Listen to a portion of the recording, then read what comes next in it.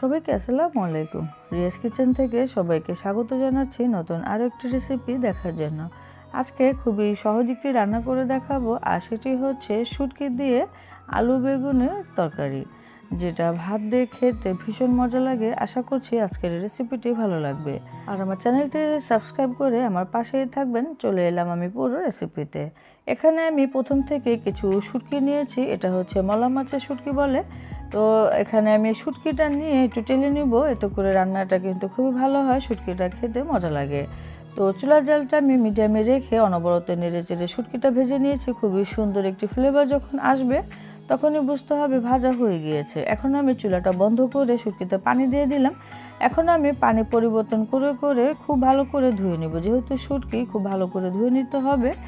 তো তারপরে রান্নাটা শুরু করলাম। চুলায় একটি ফ্রাই প্যান বসিয়ে এখানে পরিমাণ মতো তেল দিয়ে দিলাম। এখানে আমি প্রায় 4 থেকে 5 টেবিল চামচের মতো হবে তেল দিয়েছি। আর শুটকি রান্নায় একটু তেলটা বেশি দিলে খেতে মজা লাগে। এখন আমি সরাসরি সেই ধুয়ে পরিষ্কার করে রাখা মলা মাছের শুটকি দিয়ে দিলাম তেলে। তো হালকা কিছুক্ষণের মতো ভুনে নিলাম, এতে করে শুটকির তরকারিটা খেতে ভালো লাগবে। তো হালকা কিছুটা ভেজে নিয়ে এখানে 1 মুঠ পরিমাণে আমি পেঁয়াজ কুচি দিয়ে দিলাম। চুলার জালটা মিডিয়াম টু হাইতে রেখে নেড়ে চেড়ে পেঁয়াজটা হালকা একটু ভেজে নিয়েছি। এখন একটু পানি দিয়ে দিলাম যেন পুড়ে না যায়। এখানে আমি 1 চা চামচ হলুদের গুঁড়ো দিয়ে দিলাম, সেই সাথে 2 চা চামচ দিয়ে দিলাম মরিচের গুঁড়ো। মরিচের গুঁড়োটা স্বাদ অনুযায়ী দেওয়া যাবে। আধা চা চামচের মতো ধনিয়া গুঁড়ো এবং 1 চা চামচ দিয়ে দিলাম লবণ। সেই সাথে এখানে আমি 2 চা চামচের মতো রসুন কুচিয়ে দিয়ে দিলাম, কিছু কাঁচামরিচ ফালিও দিয়ে দিয়েছি। এখন খুব ভালো করে নেড়েচেড়ে কষিয়ে নিতে হবে। আমি প্রায় 6 থেকে 7 মিনিটের মতো সময় নিয়ে কষিয়ে নিয়েছি, তেলটা উপরে উঠে আসার আগ পর্যন্ত। তো কষানো হয়ে গেলে এখানে কেটে ধুয়ে পরিষ্কার করে রাখা সবজি দিতে হবে। আমি আজকে এখানে আলু বেগুনের সাথে 2টা কাঁচা টমেটো এবং অর্ধেকটা মূলা নিয়েছিলাম, সেটাকে এরকম চিকন করে কেটে নিয়েছি। তবে এগুলো অপশনাল, আপনারা চাইলে এটি বাদ দিতে পারেন। শুধু আলু আর বেগুন দিয়েও রান্নাটি করা যাবে। আর মূলাটা আমি ভাপ দিয়ে পানিটা ফেলে দিয়েছিলাম, আর কয়েকটা সিমও ব্যবহার করেছি। এখন মশলার সাথে খুব ভালো করে নেড়েচেড়ে মিশিয়ে নিতে হবে বা কষিয়ে নিতে হবে। তো চুলার জালটা এখন আমি হাইতে করে দিব।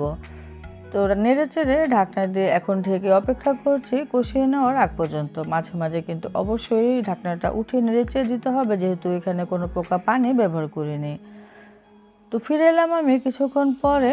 সবজিটা কিন্তু অনেকটা সেদ্ধ হয়ে কমে গিয়েছে, আর কালারটাও কিছুটা চেঞ্জ হয়ে গিয়েছে। এখন আমি একটু নেড়ে চেড়ে দিচ্ছি।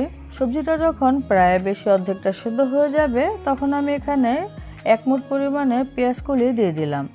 এটা হাতের কাছে থাকলে দিবেন, না থাকলেও সমস্যা নেই।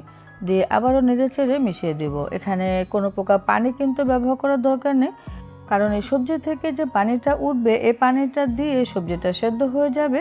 তবে চুলার জালটাকে কমিয়ে রেখে রান্নাটা করতে হবে। তো আমি আরও 10 মিনিট পরে ফিরে এলাম। তরকারি কিন্তু ভুনা ভুনা হয়ে এসেছে, তেলটাও ছেড়ে দিয়েছে এবং কালারটাও বেশ সুন্দর এসেছে। আপনারা দেখে নিশ্চয়ই বুঝতে পারছেন, এরকম ভুনা ভুনা করে নিতে হবে, তাহলে এই শুটকি তরকারিটা খেতে ভীষণ মজা লাগবে। তো চুলা জালটা এই পর্যায়ে একবারে লোতে ছিল, আমি বন্ধ করে দিয়েছি। আমার তরকারি হয়ে গিয়েছে, এখন একটু পরিবেশন করছি। গরম ভাতের সাথে এই গরম গরম শুটকি তরকারি দিয়ে খেতে ভীষণ মজা লাগে। আশা করছি আপনারা তৈরি করলে নিরাশ হবেন না, খেয়ে সকলে প্রশংসা করবে। আজকের ভিডিওটি কেমন লাগলো, রান্না করলে অবশ্যই কমেন্টে জানাবেন। আর যদি ভিডিওটি ভালো লেগে যায় ভিডিওতে লাইক শেয়ার কমেন্ট করতে ভুলবেন না। সবাই বেশি ভালো থাকবেন, বিদায় নিচ্ছি। আল্লাহ হাফিজ।